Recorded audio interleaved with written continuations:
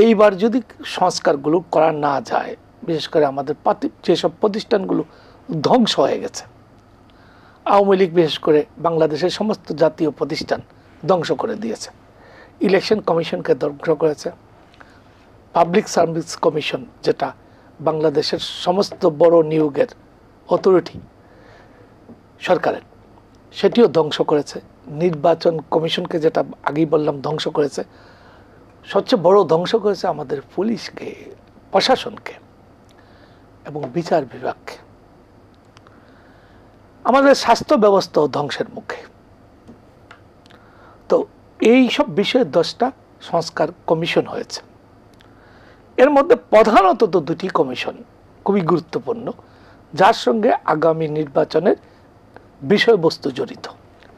একটি হচ্ছে নির্বাচনী ব্যবস্থাপনার সংস্কার, আর একটি হচ্ছে সংবিধানের সংস্কার। এখন এটা নিয়ে একটা বড় বিতর্ক আমাদের 2 দিনের সংলাপে হলো। বড় বিতর্কের প্রধান বিতর্ক হচ্ছে সংবিধান আছে না নাই। আপনি দেখেন এই সরকার কিন্তু সংবিধানের কাঠামোর মধ্যে শপথ নিয়েছে। সংবিধানের 106 অনুচ্ছেদ এই সরকারকে বৈধতা দিয়েছে। কিভাবে? 106 অনুচ্ছেদ অনুযায়ী রাষ্ট্রপতি সুপ্রিম কোর্টের কাছে একটি রেফারেন্স পাঠিয়েলেন। আপনি জানেন যে বিগত সংসদরা পালিয়ে গেছেন, প্রধানমন্ত্রী সহ, ফলে একটা ক্রান্তিকাল, একটা সংকট রাষ্ট্রের মধ্যে দেখা দিল, শূন্যতা সৃষ্টি হয়েছিল, রাষ্ট্র একটা বিরাট সংকট। আপনি দেখেছেন যে বাংলাদেশে শুধু মন্ত্রী পালিয়ে যান, এর সাথে তাদের পুলিশ পালিয়ে গেছেন, সমস্ত এই স্বৈরাচারের দূষর যারা প্রশাসনে ছিলেন সবই পালিয়ে গেছে। বিশ্ববিদ্যালয়ের ভিসিরা পালিয়েছে, বাইতুল মুকাররম মসজিদের খতিব পালিয়েছে, সবাই পালিয়ে গেছে।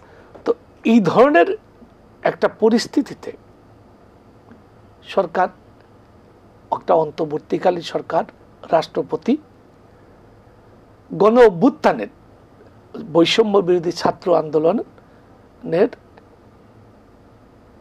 পরামর্শ অনুযায়ী এবং রাজনৈতিক দলগুলোর সঙ্গে তাৎক্ষণিকভাবে মত বিনিময়ের মাধ্যমে একটা সরকার গঠিত হলো। এবং এই সরকার কিন্তু শপথ নিয়েছে বঙ্গভবনে সংবিধানকে রক্ষার। তারা তাদের শপথে বলেছেন যে এই সংবিধানের সংরক্ষণ, প্রতিরক্ষা, নিরাপত্তা, আমি শেষ করে নিচ্ছি, এই শপথ করেছে। এখন এসে আলোচনা হচ্ছে এই সংবিধান আছে না নাই। কেন নাই প্রশ্নটা বলি, আর কেন আছে এটা বলি। আছে তো এই সরকারের কার্যক্রম সংবিধান অনুযায়ী শুরু হয়েছে। নাই এই জন্য বলি, সংসদ বাতিল হওয়ার 3 মাসের মধ্যে নির্বাচনের কথা বলা আছে। 3 মাসের মধ্যে তো নির্বাচন হচ্ছে না। নির্বাচন কবে হবে এ নিয়ে একটি জোর আলোচনা চলছে। ফলে আমি যে কথাটা আগেই বললাম যে এই সংস্কার এবং নির্বাচনটা শর্তের মধ্যে আছে, কারো শর্তের মধ্যে আছে, কারো শর্তের মধ্যে নাই। কিন্তু মূল প্রশ্নটা হচ্ছে এই যে সংবিধান আছে কি নাই এটা একটি, তারপর নতুন যে সংবিধান প্রণয়ন ডক্টর আলী রিয়াজের নেতৃত্বে যে কমিশন, রাজনৈতিক দল, শ্রেণী পেশার মানুষ সকলের মতামত নিয়ে যে কমিশন যে খসড়াটা করছে, এটা কিভাবে কার্যকর হবে এটা নিয়ে বড় বিতর্ক দেখা দিয়েছে। আপনি যে কথা বলছেন সে কথা বলেই আমি চলে যাব। আমি এই জায়গাটা শেষ করলে নিশ্চয়ই বড় বিতর্কটা হলো যে সংবিধান বাতিল করে নতুন সংবিধান হবে, নাকি পুনর্লিখিত সংবিধান হবে, নাকি সংবিধান সংশোধন হবে, এবং যদি বাতিল হয়, পুনর্লিখিত হয়, ব্যাপক সংশোধন হয়, কি প্রক্রিয়া হবে? এটা কি গণপরিষদের মধ্য দিয়ে হবে, নাকি আমাদের আগামী জাতীয় সংসদ নির্বাচনের মধ্য দিয়ে হবে? এই মৌলিক প্রশ্নটির নিষ্পত্তি এখনো হয়নি, এই সংলাপও হয়নি। জি, এই কারণে আমি একটা ছোট্ট প্রশ্ন করে আমি আব্দুল লতিফ সম্রাটের কাছে যাব। আপনি যেটা বলছিলেন, নির্বাচনটা কি এখন সংস্কারের বেড়াজালে আটকে যাচ্ছে কিনা, আপনি একদম অল্প কথা বলবেন। এটা বেড়াজাল বলবেন না, সংস্কার আমাদের দরকার। নিশ্চয়ই সংস্কার আমাদের দরকার। সংস্কার যে দরকার নাই এটা তো কেউ বলছে না, এটা বিএনপিও বলছে, জামাতও বলছে, অন্যান্য রাজনৈতিক বলছে। কিন্তু সংস্কারের বেড়াজালে নির্বাচনটা কি আটকে যাচ্ছে না? কিন্তু আমি যেটা বলি, আমাদের এখানে সংস্কার দরকার। রাজনৈতিক দলগুলো সংস্কার করতে ব্যর্থ হয়েছে, বিশেষত 16 বছর আওয়ামী লীগ সবকিছু শেষ করে দিয়েছে এবং রাজনৈতিক দলগুলো তাদের নিজেদের মধ্যে সংস্কার করে নাই, রাষ্ট্র ব্যবস্থার মধ্যে সংস্কারের আগ্রহ নাই। তারা একটা পুরনো প্রথাকে আঁকড়ে রাখতে চায়, এটা যেমন সত্য তেমনি ভাবে আপনি একটা নির্বাচনকে অনাগত কালের জন্য ফেলে রাখতে পারবেন না। আমাদের দেশে এই দেশে আমার 16 বছর ভোট দেয় নাই না, মানে যে কথাগুলি বলছেন এগুলি একটা নির্ঘাত সত্য। 16 বছর ভোট দেয় নাই আওয়ামী লীগ, সমস্ত প্রশাসনিক কাঠামো ধ্বংস করে দিয়েছে, আইন শৃঙ্খলা, বিচার ব্যবস্থা, আর্থিক খাত সব শেষ করে দিয়েছে। কিন্তু দেশের মানুষ তো 16-17 বছর ভোট দিতে পারেনি, দেশের মানুষ তো তাদের গণতান্ত্রিক অধিকার চর্চা করতে পারেনি। সংস্কার তো একটা দীর্ঘমেয়াদী প্রক্রিয়ার, প্রতিদিনই সংস্কার হবে। আজকে আপনি যে চশমাটা চোখে দিয়েছেন, আমি যে চশমাটা চোখে দিয়েছি, আগামী দশকে, আগামী বছর হয়তো বা সেই চশমার পরিবর্তিত হবে। আমি আর আপনি আগে যেভাবে আমাদের চোখের অপারেশন করেছে, ছানি অপারেশন করেছে, এখন তো সে অপারেশন নাই, এখন তো লেজার অপারেশন চলে এসেছে। সুতরাং এই সংস্কারটা একটা দীর্ঘমেয়াদী প্রক্রিয়া।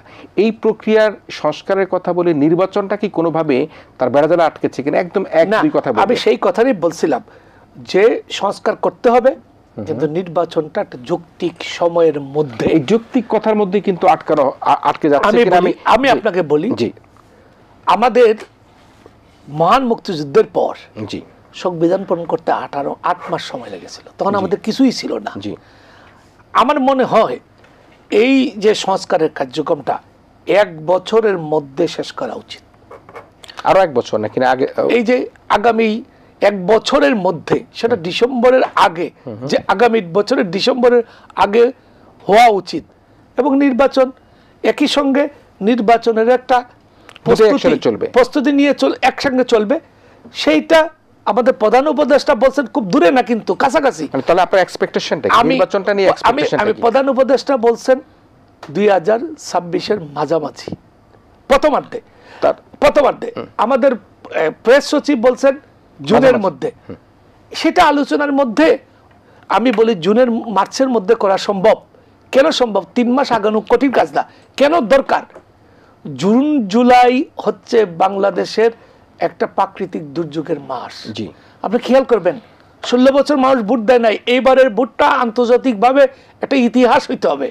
বাংলাদেশের মানুষ যেন উৎসব মুখর পরিবেশে ভোট দিতে চায়, সেই জন্য বর্ষাকালে ভোট দিলে এবং এই সময় যদি আবার জল উচ্ছ্বাস হয়, ঘূর্ণিঝড় হয়, তাহলে মানুষ কিন্তু ভোট দিতে পারবে না।